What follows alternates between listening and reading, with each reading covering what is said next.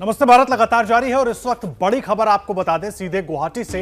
असम के मुख्यमंत्री हेमंत बिस्वा शर्मा इस वक्त रेडिसन ब्लू होटल से बाहर निकले हैं। जो जानकारी मिल रही है, मुलाकात की है उन्होंने तमाम विधायकों से जो एकनाथ शिंदे के साथ वहां पर पहुंचे हैं। और जब विधायक होटल पहुंचे उसके पहले से ही जो जानकारी मिली कि खुद मुख्यमंत्री वहां पर मौजूद थे, उनके साथ पीयूष हजारिका वहां पर मौजूद थे। और अब मुलाकात करके असम के मुख्यमंत्री हेमंत बिस्वा शर्मा वहां से बाहर निकले हैं। ये बड़ी जानकारी हम आपको दे रहे हैं। शिवसेना के तमाम बागी विधायकों से उन्होंने मुलाकात की है। मनोज्ञा हमारे साथ जुड़ गई हैं। मनोज्ञा, बीजेपी नेताओं से जब बात कर रहे हैं वो तो इस पूरे मामले में अपना हस्तक्षेप नहीं बता रहे, लेकिन फिर मुख्यमंत्री वहां क्या कर रहे थे और अब जानकारी मिल रही मुलाकात करके निकल गए।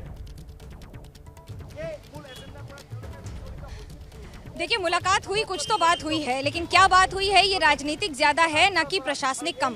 क्योंकि ये सब जानते हैं कि जो बड़े बड़े नेताओं को लगाया गया है हर काम के लिए, और इस समय आपको मैं दिखाऊं कि किस तरह से किले में तब्दील कर दिया गया है इस पूरे होटल को, तो वहीं ये भी ध्यान में रखा जा रहा है कि जो बातचीत हो रही है वो बाहर ना आए। कभी फोन अलग रख दिए जा रहे हैं, तो साथ साथ नेताओं से मुलाकात करने के लिए भी किसी को अनुमति नहीं है। यानी कि अभी क्योंकि मुख्यमंत्री हेमंत बिस्वा शर्मा ग्रीट करने आए थे सबको, सबसे मिले कुछ देर के लिए और फिर निकल गए, तो वहीं साथ ही साथ उनके मंत्रियों को यहाँ पर डिप्लॉय किया गया है। यानी कि यहाँ पर उनकी ड्यूटी लगाई गई है कि आने वाले आगंतुकों को, मेहमानों को कोई दिक्कत ना हो, क्योंकि जो भी बाहर से आए हैं वो पहले तो मेहमान हैं और उसके बाद राजनीतिक गतिविधियों की सबसे अहम मोहरे कह सकते हैं आप उनको, क्योंकि इसी की बिसात पर अब शय और मात का गेम तय हो जाएगा महाराष्ट्र में।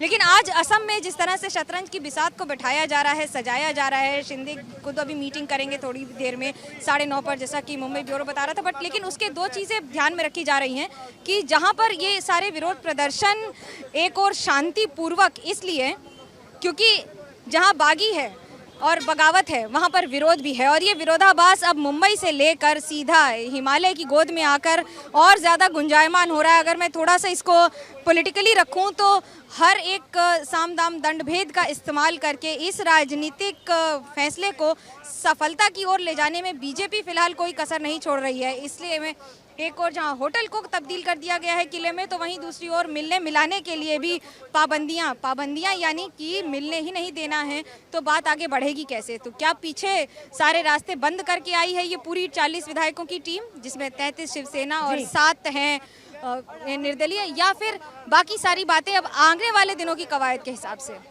ठीक है, आप बने रहिए हमारे साथ, नजर बना के रखिए, आगे आपसे अपडेट्स हम लेते रहेंगे। बड़ा अपडेट यही है कि असम के मुख्यमंत्री हेमंत बिस्वा शर्मा मुलाकात करके होटल से बाहर निकल चुके हैं। एक और बड़ी खबर यह है कि महाराष्ट्र में जारी सियासी संकट के लिए सामना में लेख के जरिए शिवसेना ने बीजेपी पर हमला बोला है। शिवसेना में एकनाथ शिंदे के गर्दन पर बैठकर ऑपरेशन लोटस चलाने का आरोप लगाया है। शिवसेना ने बीजेपी पर महाराष्ट्र को अस्थिर करने का आरोप लगाया है। और ज्यादा जानकारी के साथ हमारे सहयोगी जितेंद्र दीक्षित हमारे साथ जुड़ गए हैं। जितेंद्र, अब सामना में भी निशाना साधने की कोशिश, क्या लिखा है आप बताएं।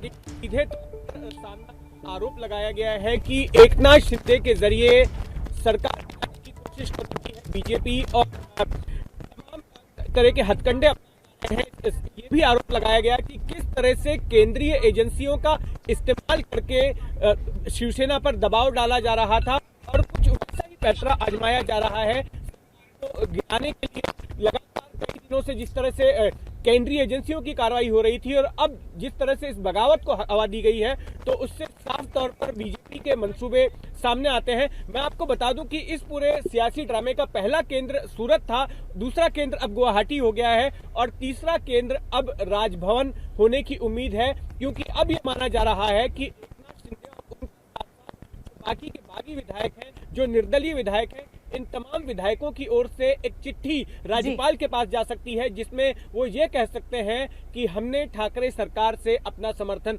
वापस लिया है, ठाकरे सरकार पर हमारा विश्वास नहीं है। तो ऐसे में संवैधानिक जानकारों के मुताबिक राज्यपाल जो है उद्धव ठाकरे को कह सकते हैं कि आप विधानसभा का स्पेशल सत्र बुलाकर उसमें आप जो है विश्वास मत हासिल कीजिए। अब ऐसे में ये देखना होगा कि उद्धव ठाकरे इसको किस तरह से लेते हैं। उद्धव ठाकरे अगर सारी चीजों को समझकर अगर उन्हें लगता है कि ये जो विधायक अब चले गए हैं ये वापस आने वाले नहीं है पार्टी फोल्ड में, तो ऐसी स्थिति में उनके सामने विकल्प होगा इस्तीफा देने का, या फिर वे विश्वास प्रस्ताव के लिए जा भी सकते हैं विधानसभा में, अगर उनको लगता है कि ये तमाम लोग इनको मना लिया जाएगा और ये लोग वापस से शिवसेना में आ जाएंगे, तो ऐसी स्थिति में वो विश्वास मत के लिए भी जा सकते हैं। तो अब ये देखना होगा कि कब गुवाहाटी से चिट्ठी निकलती है राजभवन के लिए, क्योंकि उसके बाद राजनीति का केंद्र जो है वो राजभवन हो जाएगा।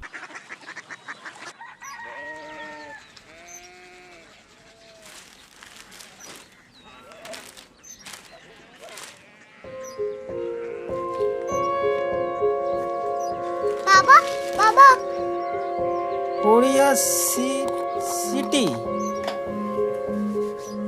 जानी ना।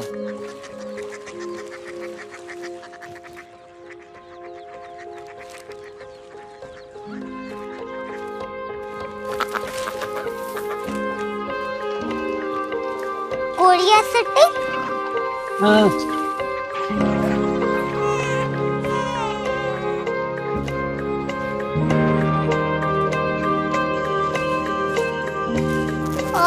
कोरिया सिटी कहाँ पे है? शहर अंग्रेजी लगे हैं।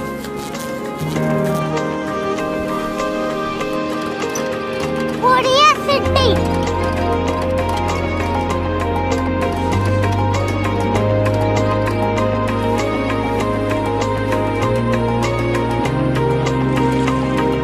वो बहुत दूर है।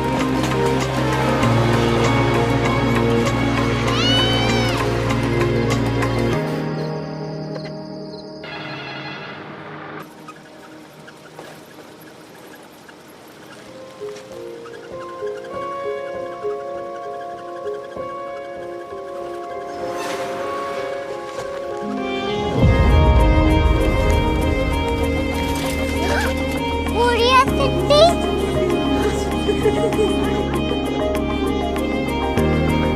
दुनिया को बोलना नहीं, कुछ लोग बड़े होते हैं। कोरिया सिटी कहाँ है? प्रोफेसर साहब को पता होगा। हो, ये छोटा वाला ग्लोब लगता है और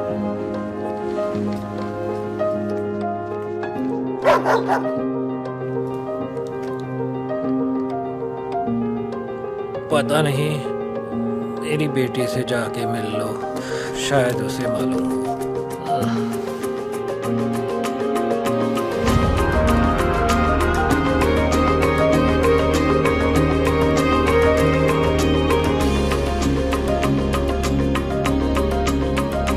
हाय, बाबा ने भेजा है। Come here. Korea city Korea city नहीं, क्यूरियोसिटी। वो क्या? That's what brought you here, जो तुम्हें यहाँ तक ले आया। क्यूरियोसिटी